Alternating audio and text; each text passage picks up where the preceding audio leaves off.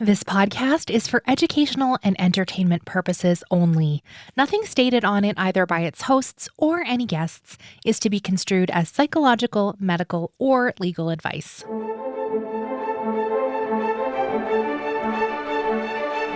You are listening to Adoptees On, the podcast where adoptees discuss the adoption experience. I'm Haley Radke.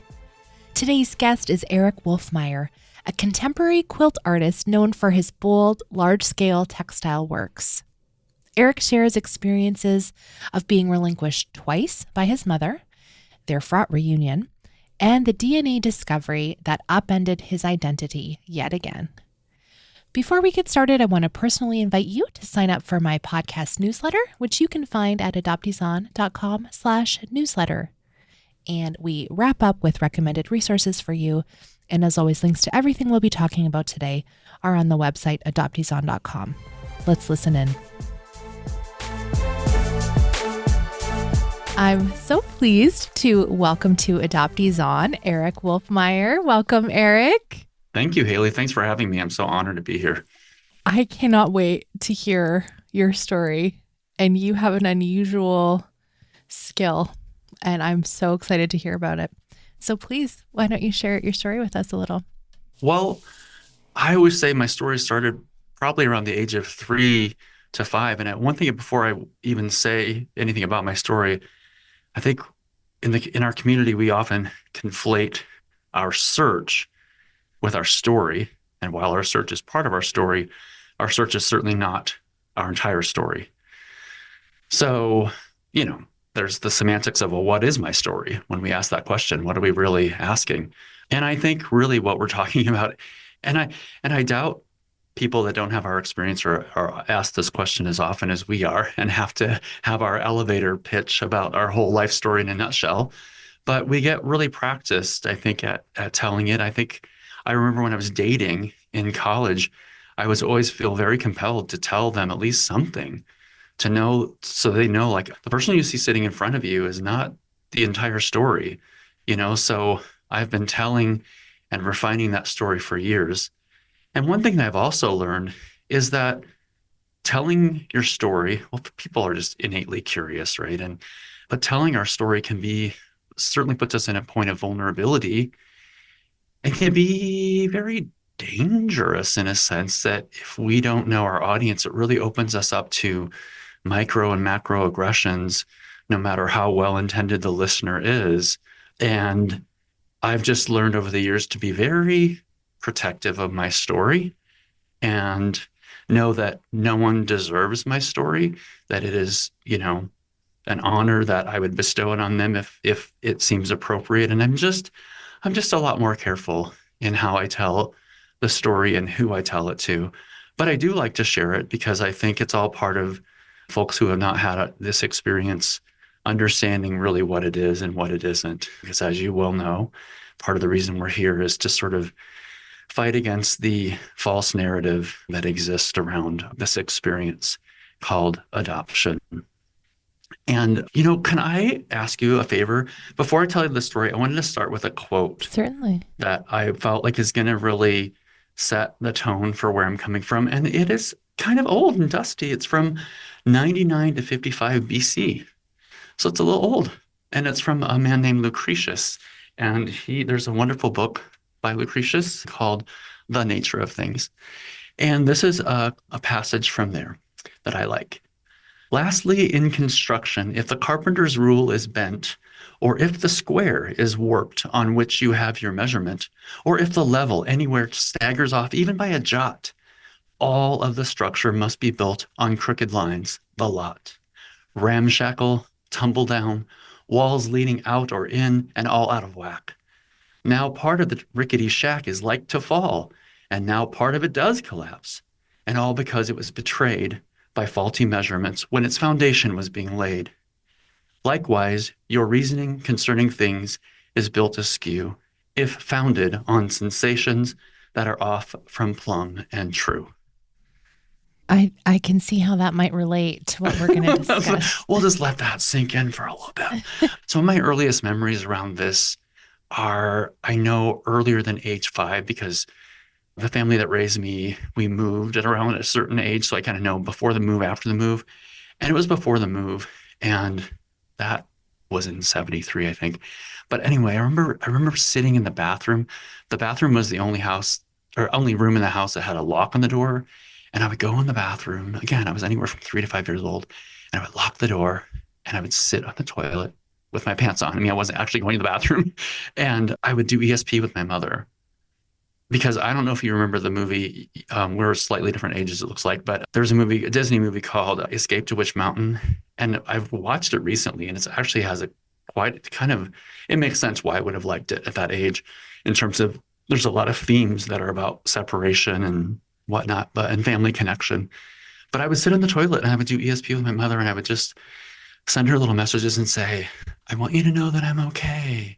I'm okay. Where are you? And I just basically that was the gist of it as I remember it, is I wanted her to know that I was okay, if she were worrying about me. The next big thing I remember related to this was the series Roots, again, based on our age discrepancy. I'm not sure if you'll know what that is.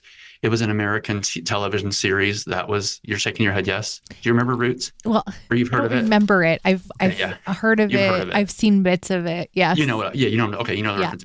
So Roots was a big deal. That was back when you had like 3 stations on TV.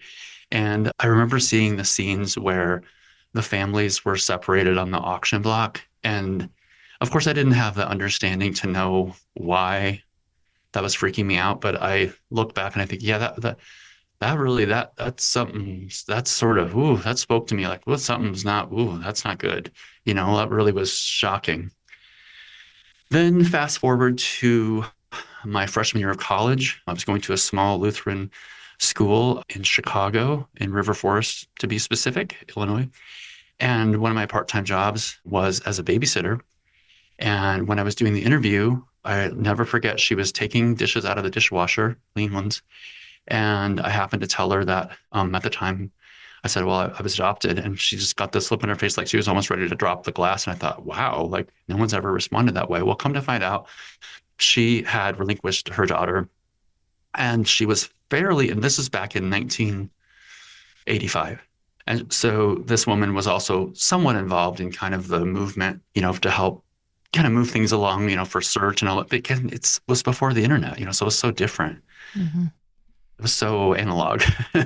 And there was, even the things you could do were just so painstaking and so iffy in terms of a result. So I noted those 3 things as precursors to all of this, because up until then, it was just something that was internal. And, I dealt with it as we all do growing up. But it wasn't until I met Diane Coates that it all kind of broke open for me. Like I had never even heard the term birth mother, which is not really a term that I use now, but I had never even heard that term before I met her. So I was like, oh, there's a name for that? Like, oh, okay. So that really sent me on my way. I would have been like 18, 19 years old. And I ended up transferring schools and ended up finishing up in St. Louis, Missouri. Went to art school. I left my pre-seminary program after a year and went to art school instead, which was a much better fit for me, as it turns out. But I then initiated my search in 1989. I was a junior in college. It was this whole court thing where my parents that raised me had to go to the court where my adoption was finalized, and the court had to petition the adoption agency to do the search. My family of origin, my mother and father had the option to be declined to be identified. This is in Missouri. This was in Missouri in 1989. So my mother agreed to be identified, and the man named as my father declined to be identified. Okay, fine. So my mother and I talked on the phone. This is around like spring break in March, and we agreed not to exchange any recent photos before we met. And so I flew up to Montreal. By the way, she was living in Montreal, and I had an 18-year-old brother, half maternal brother, Scott. And so we agreed to meet in Montreal. I flew up there over my spring break. And one of the things I remember just recently was my brother told me that when I came through sort of the doors in the airport, my airport moment, and she leaned over to him and said, there he is. She had never seen a picture of me as an adult. And I found that really fascinating that she just knew right away. Well, suffice it to say, as many do, it didn't go as planned. I was supposed to be there about 9 days, and I was only there about four before my mother, took the liberty of reading the diary that I was keeping while I was there. So I took a shower one day. My brother Scott was like at school or something. He was gone. So my mother and I were the only ones at her apartment. And she read the notes I was keeping. And when I got out of the shower, she just kind of ambushed me. And come to find out, she had already called the airport and had my ticket changed and the whole shebang. So I had made a backup plan through my employer at the time. He had a friend in Montreal, as it turned out. And so I had already made an escape plan. We're always at the ready, right? We always have our plan B. And so I had within moments after the confrontation that my mother and I had, I was being scooped up by this person I didn't even know, but that was a friend of my employer. And I spent the night at their house. I went to the airport the next day, prepared to buy my own one-way ticket home, and come to find out she'd already made the plans for me to like how do you change a ticket? Whatever. So I flew home. So the next several years were pretty rocky and weird and off and on and back and forth and whatever. My mother that raised me kind of intervened at one point, and it was just a whole thing. It was just rough. But the next sort of chapter was my mother came to visit me. By that time, I was living in Rapid City, South Dakota. I'd finished college and et cetera. And she came to visit me, stay with me actually for a month. Big mistake. And all I remember about that visit, I mean, the main takeaway is that she got on the plane and it was a summer of 93, 92, something like that. And I didn't hear from her for 27 years. So, Are you comfortable saying what were you sharing in your private thoughts in your journal that was so upsetting to her? oh, well, I mean, my mother is the queen of self-sabotage. She actually has no contact with me or my brother whom she raised, or he would tell me he kind of raised her.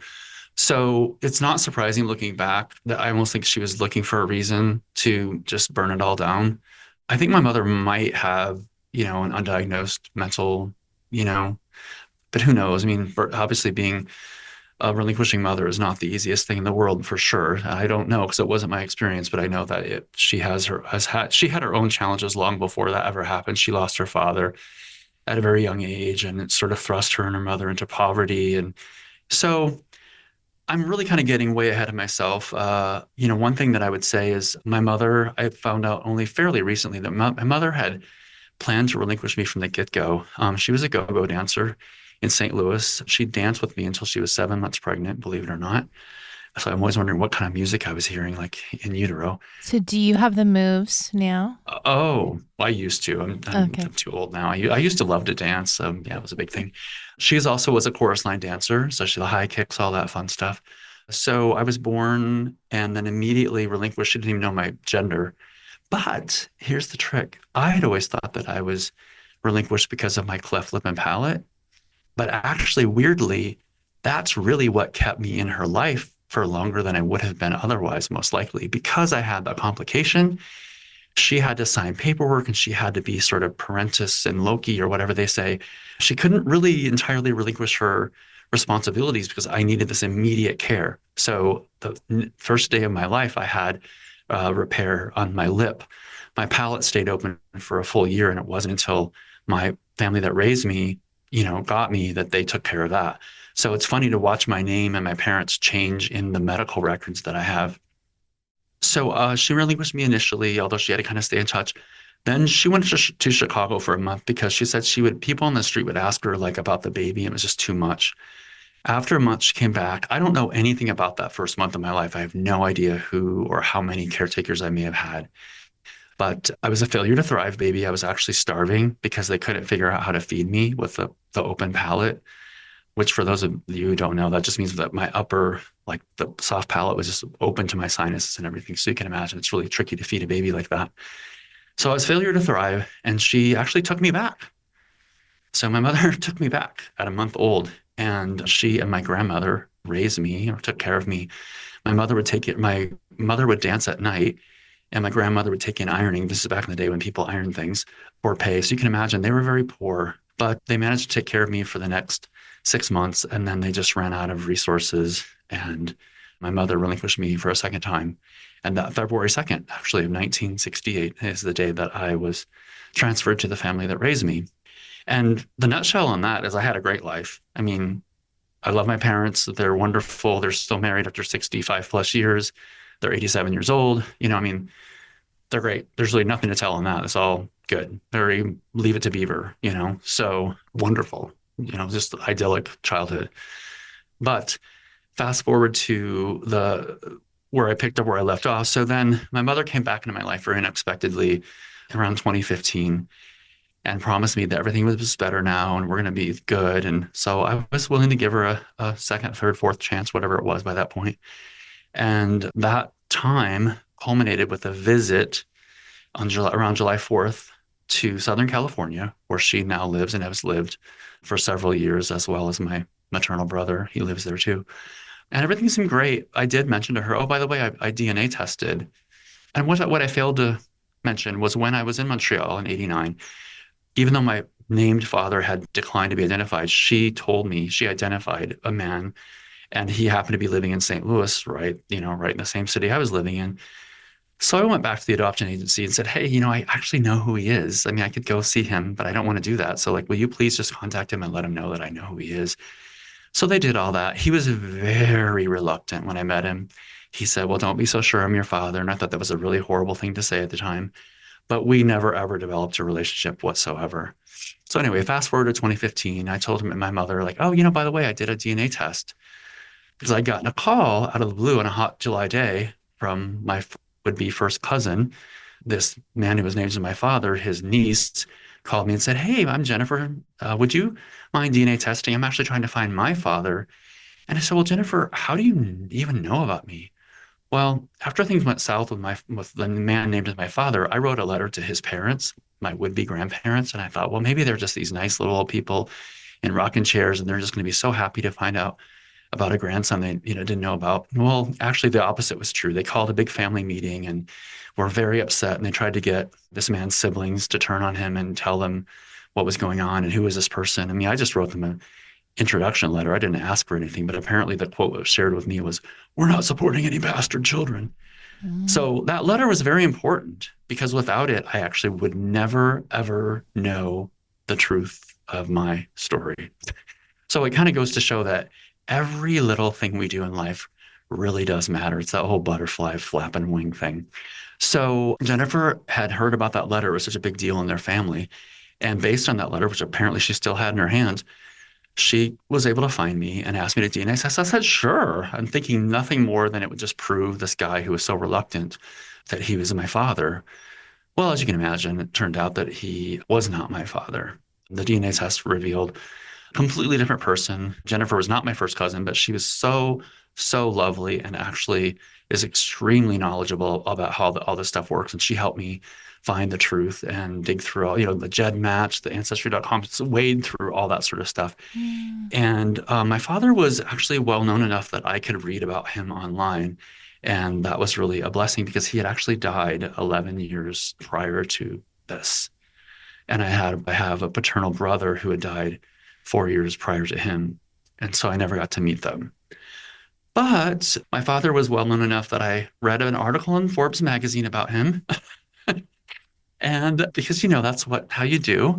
And I learned that I had sisters that I didn't know about. And so within just a few minutes, I was able to find them via social media. But Jennifer, who stayed in my life, this would-be first cousin who helped me reveal all this truth through the DNA test, she very wisely said, don't contact them. Let me contact them, and then we'll get them to DNA test, and then we'll know for sure that all this is true. And so she contacted my sister, Christian, and it took her about 6 months, but she did eventually DNA test, and we are siblings. And I love her dearly. And I just talked to her this morning. So that's really great. After this was around 2015, 2016, I went to Texas to meet all of my paternal siblings that we know of. And the other side of the story with my mother at this time, when I told her that the last communication I had with her was via text, which we were texting back and forth. That was kind of normal during that final year. And I said, hey, my DNA test results came back and there were some surprises. And she sent some very kind of angry response. And I basically, like, I've never heard from her ever again. And we don't have any contact. I am in contact with my maternal brother, Scott. He and Christian, I'm very, very close. Christian is my paternal sister. Scott is my maternal brother. And I feel very, very close to them and I maintain regular contact, regular relationship with them. So that's as nutshell-y as I can get, I think, about it.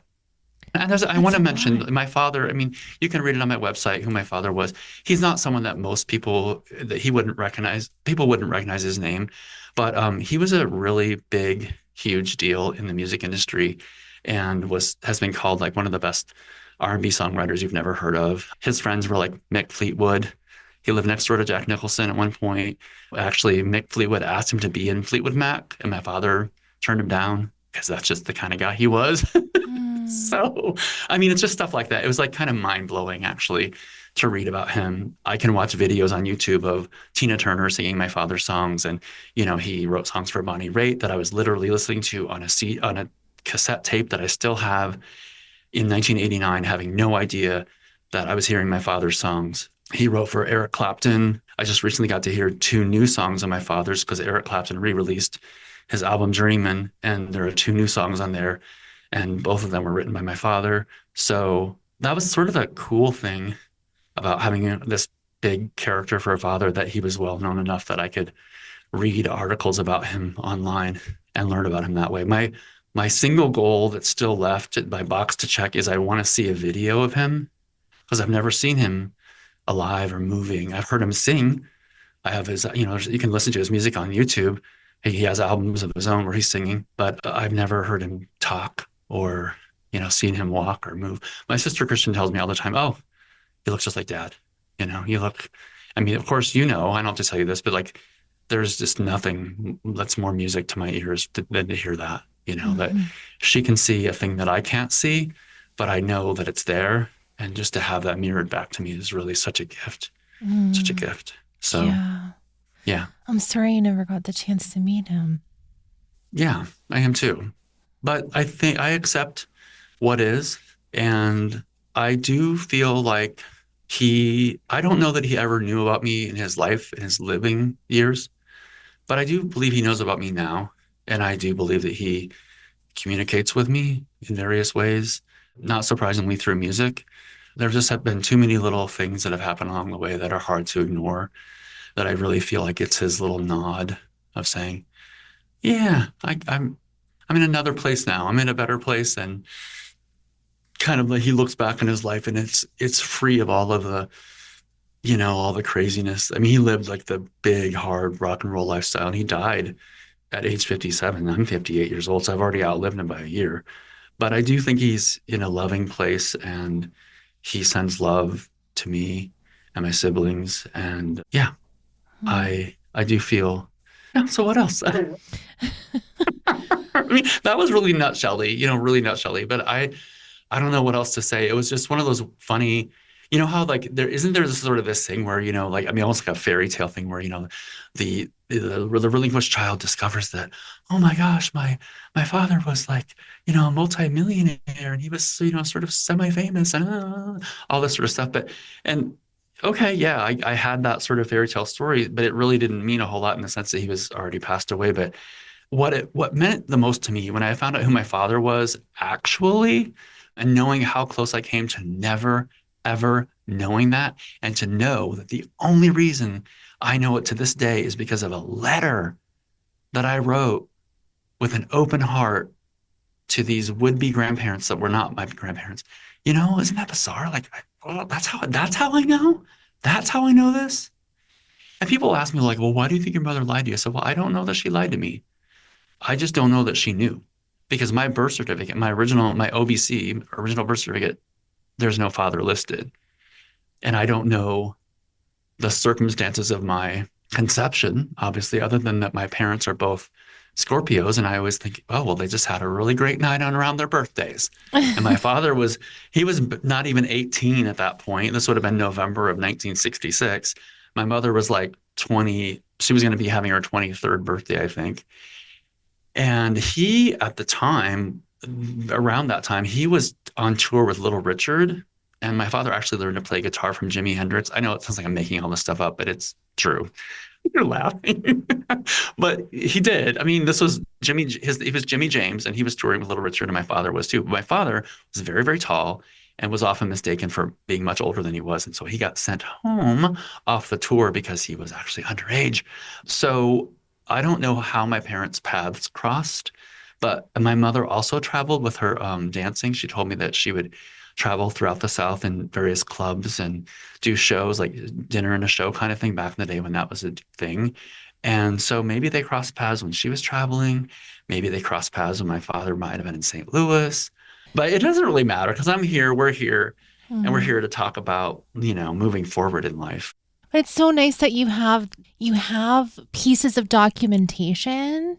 It's a privilege. Yeah. And a lot of us find graves and Yeah. then are Yeah. trying to piece together things with folks who knew our parents in real hmm life somehow. hmm So that's cool. But of course it still is all secondhand knowledge that you're getting access to. It is. Yeah. I mean, my siblings can tell me some things. I mean, I did recently so Roy Orbison moved from Nashville to Malibu to write with my father. And I did recently meet Alex Orbison, Roy's son. He is delightful. He was my late brother's best friend and happened to be in concert where I live in Iowa City. And so my sister knows Alex and lots of other folks, and she kind of helped me arrange to meet him because I have a handmade bracelet that belonged to my brother that my sister gave me, and I have two of my father's rings, which I meant to wear today. Oh, I forgot. Anyway, so I wanted to show Alex that bracelet, and I just wanted to kind of make a full circle connection with him because I know my brother died so young and so my brother was in a band with Alex, and so Alex was really lovely. And so to hear him talk about my father, and so there's lots of people that knew him, but yeah, I mean, it is all secondhand. But again, I want to acknowledge like I have so many privileges, but keep in mind too, I'm 58 years old, and like I said earlier, I've been working on this since I was about 3 years old. Hmm. So, Mm-hmm. 55 years. Yes. And I don't know, I think you know this, but one of the things I like to tell people is I'm so old school that I literally was workshopping The Primal Wound with Nancy Verrier in 1992 in Oakland, California.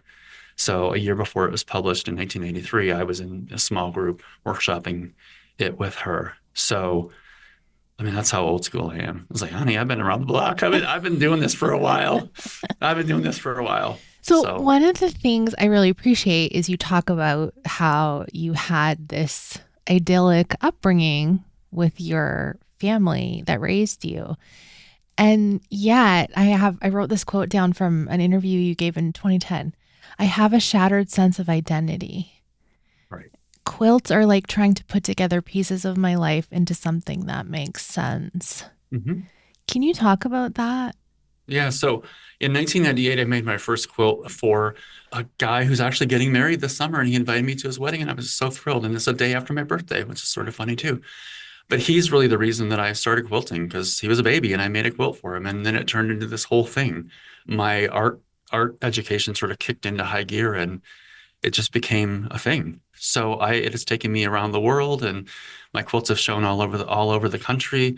I just found out on Saturday that two of my quilts just sold in a show that I'm in Michigan right now. So it has become a whole avocation. I have a day job, by the way. I'm a paratransit bus driver, so I drive a bus for people with disabilities, mostly mobility issues or cognitive developmental issues. And I actually love, love, love that work. But I have 3 days off because I work 4 10-hour days. And so I try to spend as much time when I'm not doing podcast interviews. I spend as much time as I can in my studio, which is in a church, making quilts. And I would say I quit counting at 100. I don't know how many I've made, but they've mostly sold, which has been a blessing. And yeah, it's become a whole spiritual practice for me. And it's been, I think, the primary gift and tool in my life for finding healing and wholeness and integration, because it is literally the perfect metaphor. It does root back to my early self, where I mean, I primarily as a child would spend my days alone in my bedroom building with blocks, be it like Lincoln Logs or Legos or whatever. And that's really still what I do to this day is I go to my studio by myself, I turn on music, and I just piece quilts. They're just like giant puzzles. And I make my own designs. I don't use patterns. And I stay really true to the traditions of quilting. Oh, and if you look at my website, you'll see a giant quilt of my mother. It was that last visit I talked about, seeing her around July 4th in 2016. The quilt's called Corona, California 2016. And there are a variety of reasons why I titled it that. But I think one of the primary ones is, you know, before the internet, especially when we're doing our searches, just having an address or a city or anything tangible as to a where is so critical. So I did this gigantic portrait quilt of her. It's 12 feet by 16 feet. And it's made up of almost over 27,000 pieces, each hand selected by me. There was no sort of computer, generated pixelation, but it's essentially using the concept of pixelation. But I hand selected each piece to make this portrait. And it's from a snapshot that I took the last time that I saw her.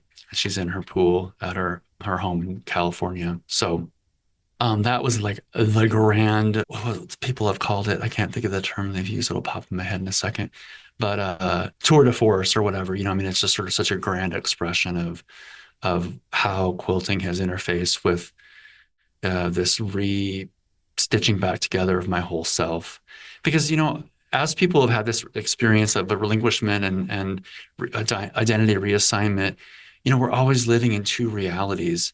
And as Paul Sunderland says, it's the impossible job description that we have to live into and up to this assigned identity that we've been given. And that's a big job and it's exhausting. And I find that the creativity is a place for my soul to rest and to celebrate. And it has brought me so much joy and connected me to so many people. And there are other interesting parallels too. All my quilts are hand quilted. I make the tops, what you see, but then they're sent off to Amish women that hand quilt them for me. And that's actually kind of rare. Most people are machine quilting these days. And every stitch is done by hand by a woman that I will never meet because that's sort of how their culture works. They don't want any credit. And I work through brokers to get the quilts to them and back from them. And I always find that kind of fascinating. Like, oh, that's kind of interesting, isn't it? That I wouldn't even have this work complete if it weren't for these anonymous relationships with these women, in a far off distance that I'll never meet or see. I'm like, what does that sound like?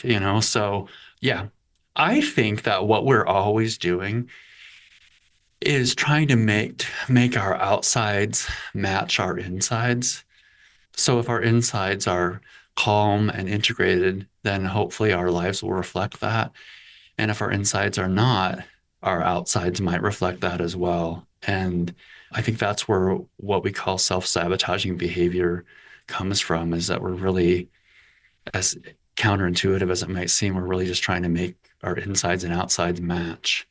So yeah, the quilting has been just an enormous part of my life.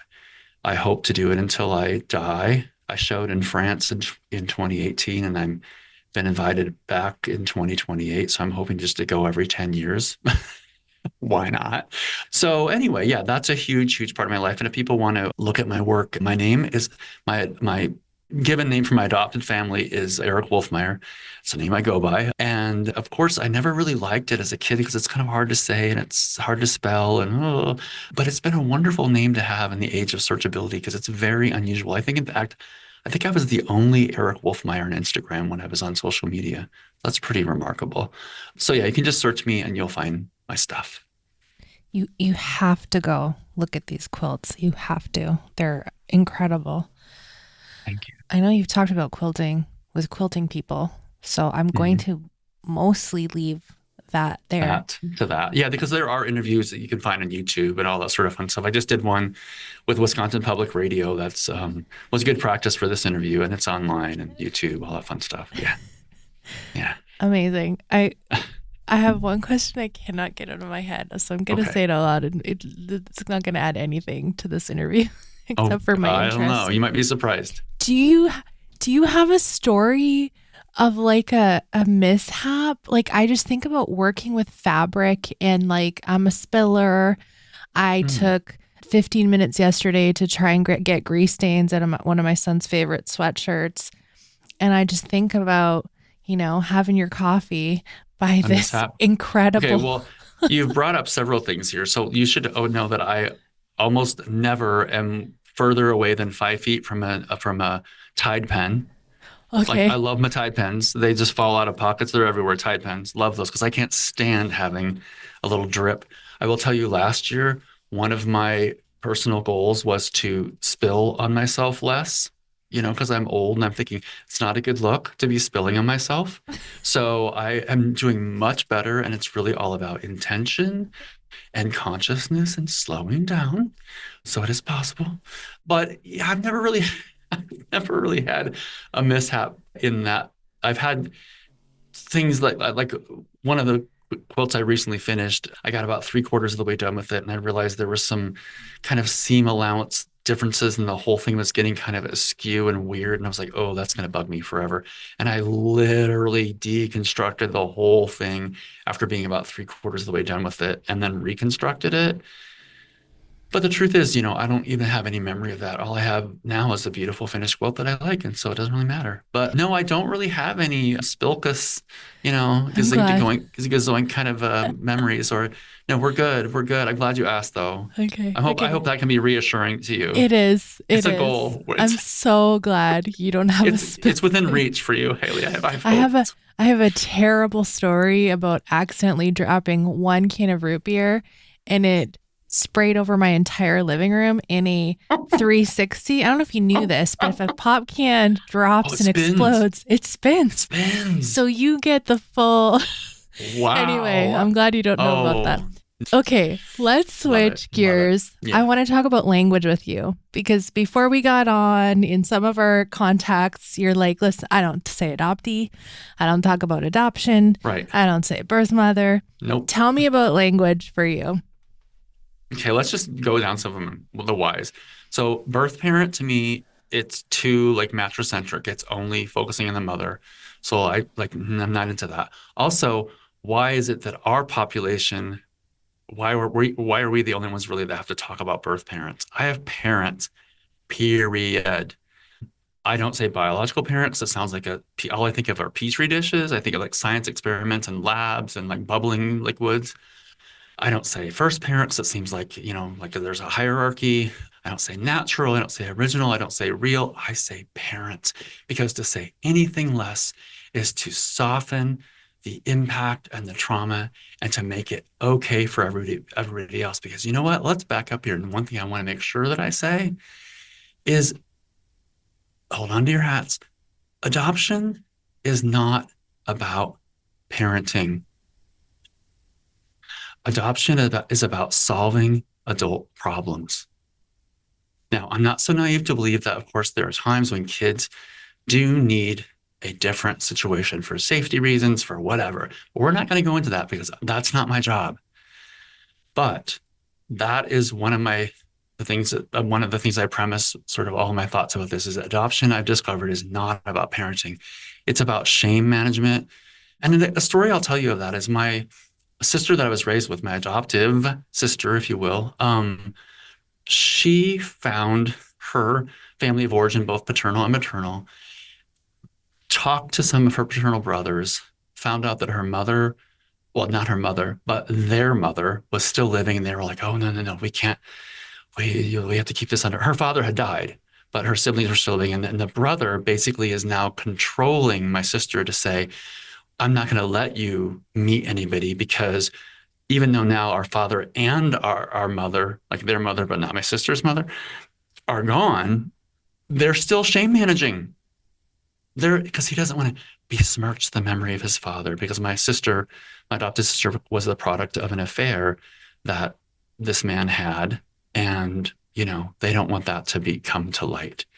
So here is my grown sister who's 60 years old, being infantilized by another, adult sibling as if somehow it's okay for them to have access to this, but she can't because they're shame managing. So that's an example of what I mean when I say adoption is not about parenting. And so for so many people who don't have this experience, our stories and even our lives seem to be so intricately linked with the quality of our parenting, because as if somehow we have any responsibility for that.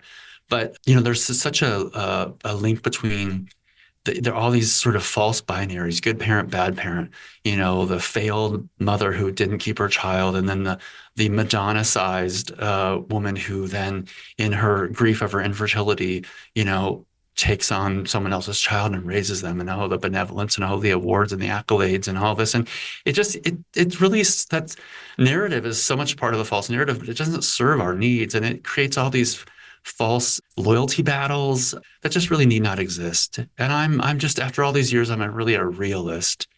And I've realized that so I'm not really a part of the adoptee activism, movement, whatever, other than in my own way.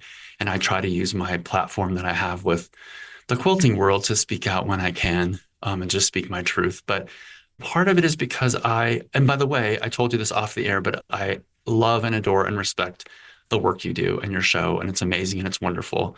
I found that when I was on social media and other things, that it just wasn't, I would just get really frustrated because I feel like, to be totally truthful, Haley, that until we stop using the word adoptee and adoption, I don't know how much further we're going to get. And so I really looked at the trans community and how far they've come with a very uphill battle, and learning the term cisgender. And I remember there was a time I had no idea what that meant. Looked it up. Oh, okay. So I'm cis male. Okay, cool. That's good to know. So first of all, I try to only use, little precursor type words, as sparingly as possible. Qualifiers, I try to use as sparingly as possible. But I do like cis parent and allo parent because it really takes out any of the judgment or the value around better, worse, whatever. And what more importantly it does is, in order to define ourselves, we have to define ourselves within the entire community of human beings. Because so often our language and our all of the things that we do have in common, we start to silo off. And so then there are the cis-parented folks with all their cis-parented privilege that they don't even realize they have, but they're swimming in it all the time. And then we're over here in the corner going, sharing our little stories. But I really feel like, in order for the cis-parented folks to really understand who we are and our experience and how traumatic and painful and difficult it is and what we're always navigating day after day after day, they have to understand themselves in relationship to us, and that we started our lives just like they did. It's just that there was this gigantic interruption. And again, I was just listening to Paul Sunderland's video today. I'm like, oh my gosh, please, everybody listen to his stuff over and over again, because that was a major turning point for me when I heard his work. Can you say what allo parent is? So allo just means other. I think it's a Greek term. It just simply means other. So I have my cis parents, which are my original parents, or parents of origin, family of origin. So terms I use cis parent, or I use family of origin. You've heard me say many times today, the family that raised me. It's not that I never say the word adoption or adoptee, but I next to never, ever refer to myself as an adoptee. So I find the term adoptee to be infantilizing. It keeps us perpetually in and defined by that state and that thing that happened. And even Sunderland says, like, the word adoption it's this weird word that really doesn't even describe what happened, and it's a whitewash term. To me, it's not that much different than when you go on these forums and they ask you to, like, check your, are you white? Are you Latino? Are you whatever? I am not white. I am not a color. I'm of Northern European descent, but I am not white. And I feel like the analogy I would make is like if it were a piece of furniture that had been varnished or painted, and that I continually identify myself with the varnish and the paint, but disregard the actual piece of furniture that's underneath of all that. And so for me, I go to therapy. Again, I have so much privilege. I'm able to go to therapy every week, pretty much, if I want to. And I have a wonderful therapist that I have trained. She would admit that. I have trained all my therapists. And I have the privilege of having made a friendship. When I did workshop that book with Nancy Verrier 92 in Oakland, I met a guy named Randall, and we became like the best of friends. He was also gay. I mean, he is also gay. And we were just like blood brothers for about 20 years. And for whatever reason, I don't know, our friendship just sort of like evaporated and I don't ever hear from him again. And I've tried to reach out and I get nothing. And it's really super strange and hurtful, but I do accept that it was what it was and it really saved me. When you talk about people finding your show and telling you that it saved them because they felt really isolated and they felt really crazy, he was that person for me that it all broke open, like knowing Randall and going through, because he was also, I guess I forgot to say, he was had also had the relinquishment and adoption experience. But yeah, so I feel privileged in that, I had a really great family that raised me. I feel privileged in having had Randall in my life for 20 years to sort of share this journey with. So I come to this having had a lot of bolsters and a lot of supports, but it is very hard. And I mean, I've definitely had my dark moments.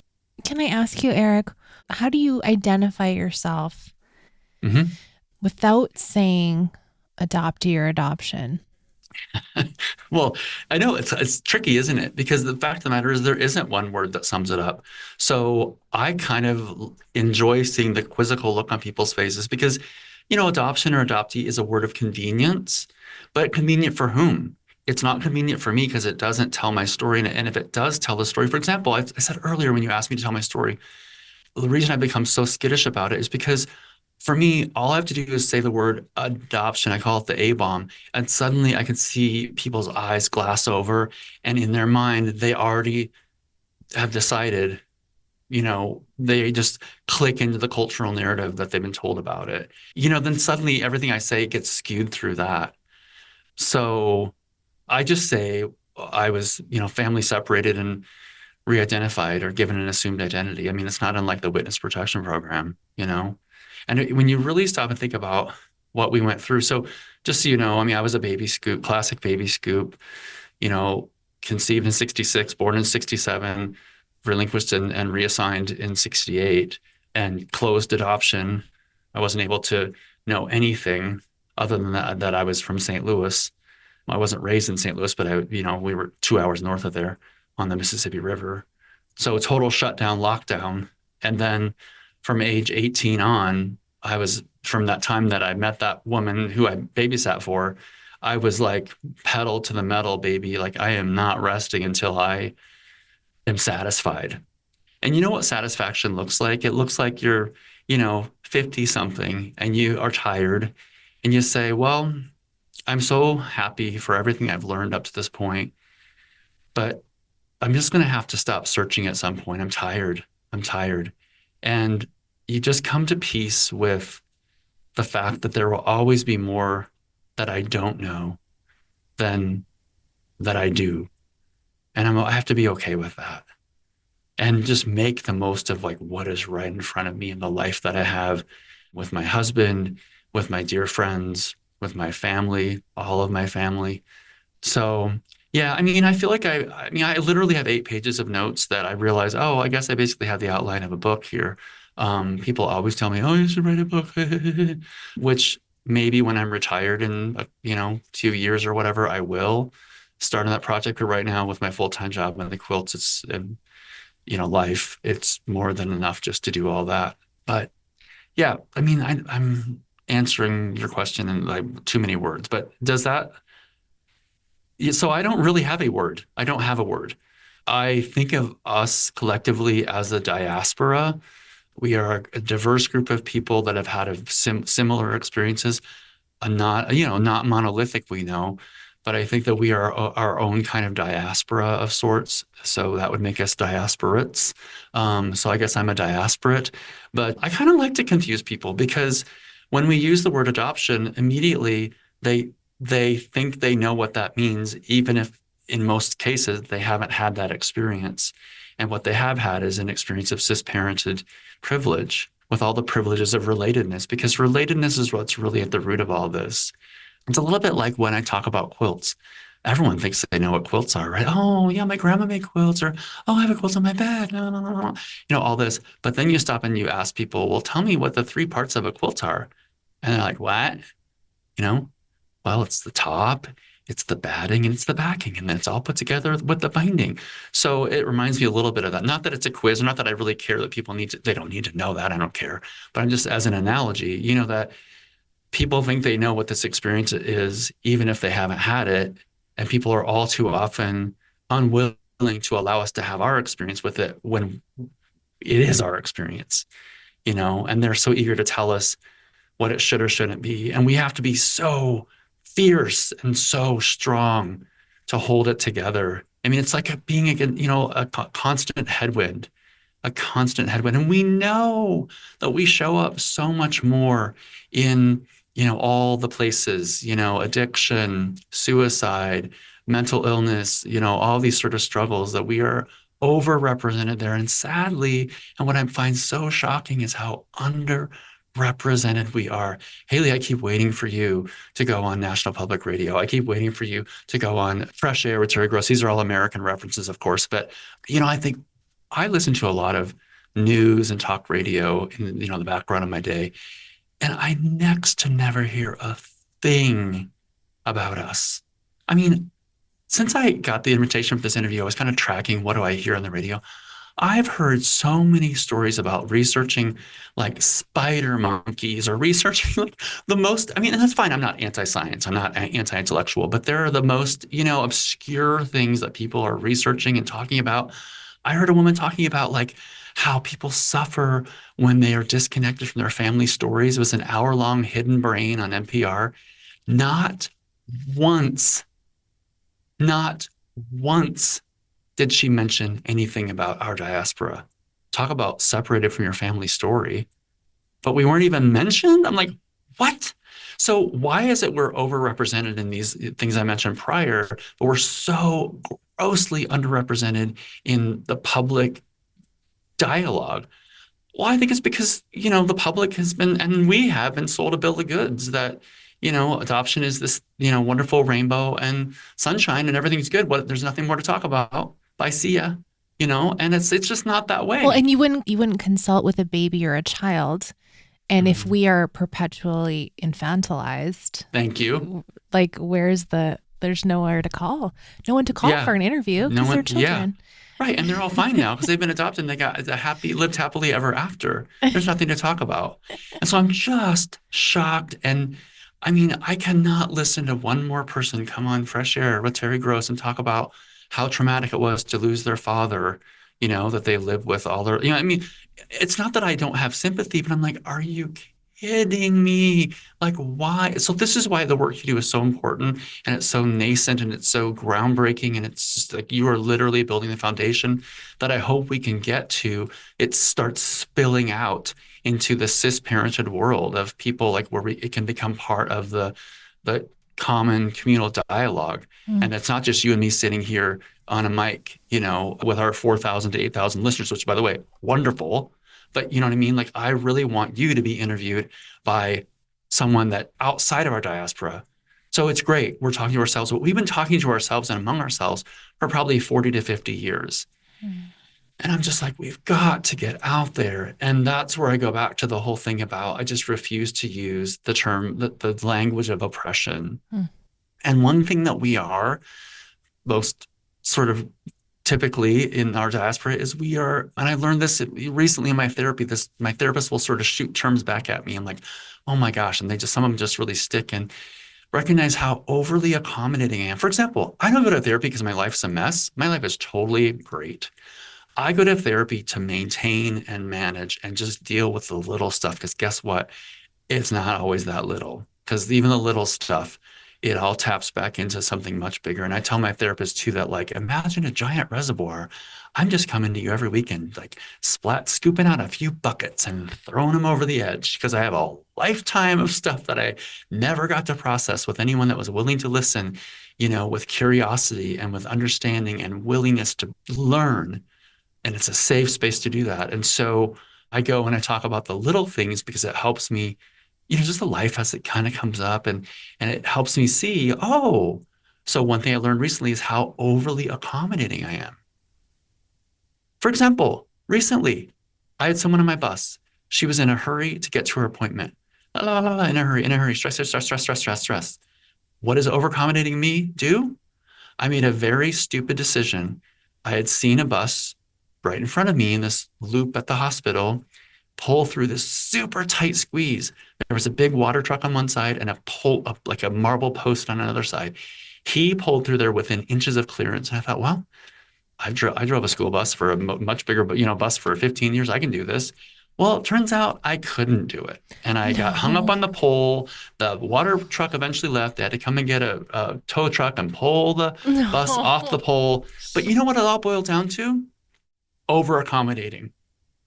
Because I was more concerned about that woman getting to her appointment and managing her stress for her than I was to sit here and say, no, we're going to have to sit in some discomfort collectively until this situation clears. Mm. So that's what I'm telling you. That's what the rubber hits the road in all the little things, those little micro decisions we make every day. Is that our adoptive consciousness, our adoptive self, it can't help but because that's what Sunderland said today, I listened to, he says, we have no pre-trauma personality, that we are just constantly responding to the world through this trauma brain. And that's the other thing I want to make sure I say today. This is my call out. My call out is my challenge to the language we use, to think about it very carefully about what it's doing and how it's holding us back, and that we're anyway. But the other thing is, like, I cannot believe for the life of me that there is not a DSM diagnosis, like developmental PTSD, I think he refers to it as, or whatever. Like, can you imagine, Haley, a world where someone who's had our experience can go to a therapist and the therapist knows what to do?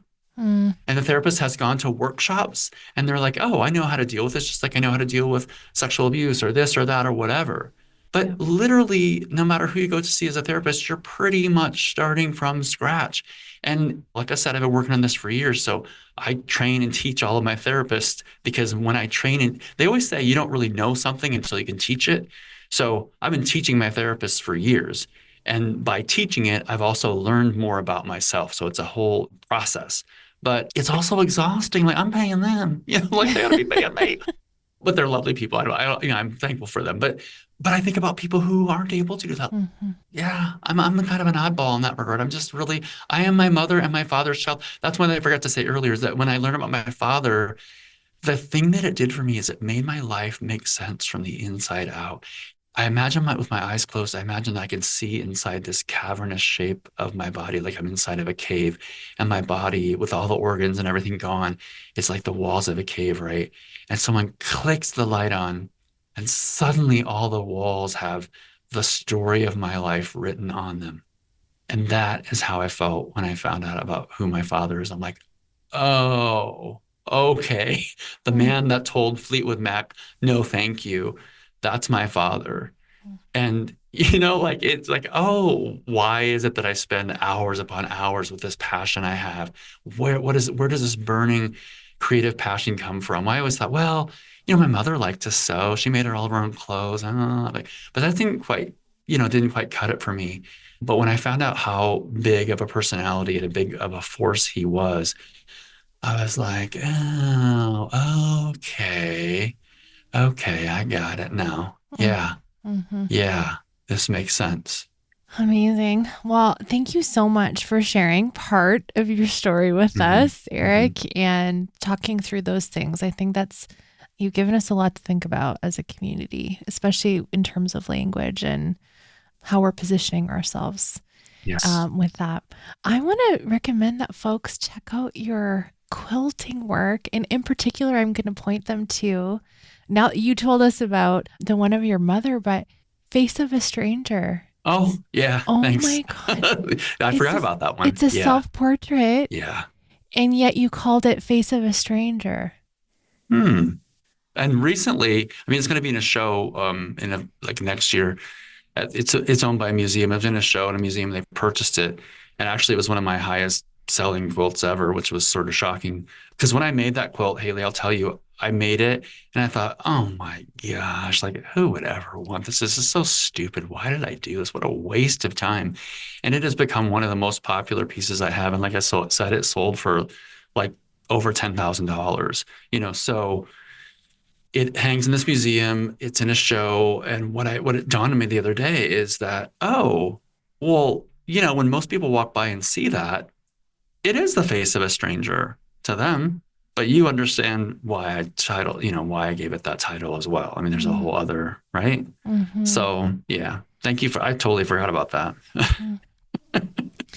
I, I mean, to me, it's a nod to us, and Yes, it is. It is. I thank you. I looked through, as you said, you've done many interviews. And so I looked through many, read many, listened to many to prepare Mm, for our conversation. And you always talk about that part of you. And I mm, appreciate that because you're bringing to light what it's like to be separated from your mhm, parents of origin. So mhm. thank you for being one of those people that does bring it to the public. I also wanted to highlight for folks, I don't know if I've ever mentioned Jeff Forney on the show before. He's fellow adoptee. I'm going to use that language because that's what I have in my That's in totally my great. toolkit. That's great. And he takes portraits of adoptees, and he's done your portrait. And you share a little piece here, and there's multiple photos on here of you, and I was so excited to get to see them before we talked today. And I'm going to link to that in the show notes for folks. So Great. it can be a little trip down memory lane for you too. It can, because I didn't even know it was out there. So I was happy to be reminded of that. It was a fun day. It's out there. It's a It's fun out day. there. What do you want to recommend to us today, Eric? I want to recommend the work of a man named John O'Donohue, the late John O'Donohue.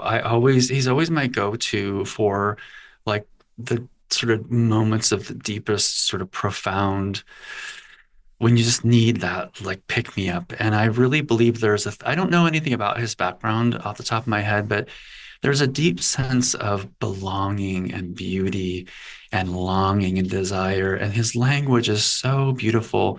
And I want to recommend the book called To Bless the Space Between Us, or really anything by John O'Donohue, is marvelous, really marvelous. So he's a great author. And like I said, the last books I read about this adoption experience were Primal Wound and Journey to the Adopted Self by Betty Jean Lipton. So you can imagine, I'm like, it's been a while since I've really dove. So I just went on my own journey. I'm grateful to all that helped along the way. And then, like I said, I stumbled on Paul Sunderland several years ago, but like, it's really just been me and my power animal, like powering through all of this. So yeah. All the identity pieces. Mm-hmm. Hmm. Trying to make Okay. it all back, put it all back together Yes. into Yes. one. Figuratively and literally. Literally. And okay, we are going to link to your website, which is Thanks. wolfmeyerquilts.com. You also have a blog there. And as you said, you're off of social, lucky you. But I'm sure there's a way for folks to connect with you through your work. And do you announce when you have showings and things on your website? Yeah, sort of. If you look at my exhibits page, I will often put things that are upcoming. It won't always have the date, but it'll Okay. have the year, it'll have the location. So if a person really wants to know, they can Google it or whatever. But Yeah. yeah, I mean, There may be an Erick Wolfmeyer quilt near you, and you don't even know it, but now you yeah, will. yeah, Thank you so exactly. much, Eric. What a pleasure to get to talk with you today. Oh, you too. I'm honored. I'm honored. Thank you, Haley. And thank you again for the work that you do. My pleasure. I'm always in awe after I talk with artists. The way creative folks see and interpret the world helps me understand things in a different way. I love art, but I am such an amateur. So I remember several times going into our local art gallery and feeling like, oh my goodness, I love this, but I don't know why. And I don't know who the artist is. And I don't have it all together to understand the nuance and the symbolism. But I think art is for everyone, and just the enjoyment of it is okay too. I watched a couple of tours of Erick's work that are available on YouTube, and I was straight back to that stunned feeling, even though I haven't gotten to be in the room with them. These pieces that we're talking about some of them are massive, and you see folks walking nearby them or sitting and enjoying them. And it's like, oh my goodness, to be in the same room as this quilt is so, it must be so incredible. And we didn't get into this, but Erick doesn't keep this huge stash of quilting fabric. He uses what he has. And from what I read, I'm guessing he has less than most hobby quilters keep in stock. But the intricacy of assembling thousands of pieces of fabric, and we didn't really describe this, but the self-portrait and then also the portrait of his mother, which to date, as far as I could tell on his website, these are the only ones that he's done portraits of people. And it is like a mosaic. And in that all of the colors, right, would match up with a photograph, except that they're, in blocks. And to figure out the colors for that, like, I'm sorry, I cannot describe this on audio, how impressive this is. And I know there's computer programs. I'm thinking of Lego, okay, that you can be like, here's a photo, make me a Lego kit that I can assemble so it has similar colors, and it will give you something like that. And Erick doesn't do that. He does it all by hand. And oh my gosh, it's just incredible. And when he applied to be on the show, he wrote, he hinted at in his submission of all the healing that has come through these hours and hours of quilting. And I love when you find something that works really well for you. And Erick and I didn't go into this, but because I didn't want to bring it up. I'm like, oh, this is not the same. But for me, this is my similar thing. It's just like, I just love puzzles so much. And I started doing them really regularly just in the last few years. And it's like one of my favorite things that I do. I just love sitting down and working on them. But I only like puzzles where I can look at a piece and know exactly where it's going to fit. So I don't like big forests where it's like this tree, this, piece with a piece of tree with a couple of leaves on it could be anywhere in this huge, like half of the I don't like that. I like to know exactly where something's going to go. That's what's relaxing for me. And not to put too fine a point on it, but I'm going with this as adopted people, or the diaspora, as Erick is calling us, to know where a piece fits into our life is so impactful. And I think that's where my obsession comes from, and thus my fascination with Erick's quilts. Anyway, I hope you enjoyed our conversation. Please do go have a look at his work and tell me if you've ever seen it in person, because I'm jealous and I would love to see it in person. Thank you so much for listening and for valuing adoptee voices. And let's talk again soon.